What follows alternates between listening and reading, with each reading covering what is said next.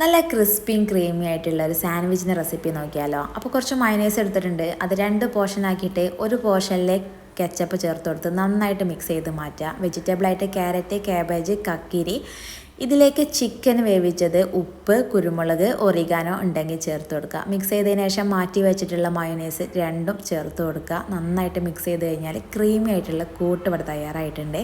ഇനി ബ്രെഡിലേക്ക് മയോനൈസ് രണ്ടും സ്പ്രെഡ് ചെയ്ത് കൊടുക്കുക. ക്രീമി ആയിട്ടുള്ള ഒരു കൂട്ടും തയ്യാറാക്കി കൊടുക്കുക.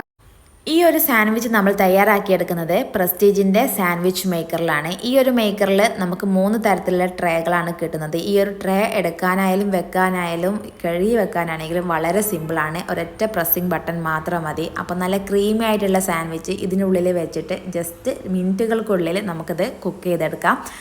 അപ്പോൾ എല്ലാവരും ഒന്ന് ട്രൈ ചെയ്ത് നോക്കുക, ഫീഡ്ബാക്ക് അറിയിക്കുക. ഇതുപോലത്തെ വീഡിയോ ഒക്കെ ചാനൽ ഫോളോ ചെയ്ത് സപ്പോർട്ട് ചെയ്യുക. നല്ല ക്രിസ്പിയും ക്രീമി ആയിട്ടുള്ള ഒരു സാൻഡ്വിച്ച്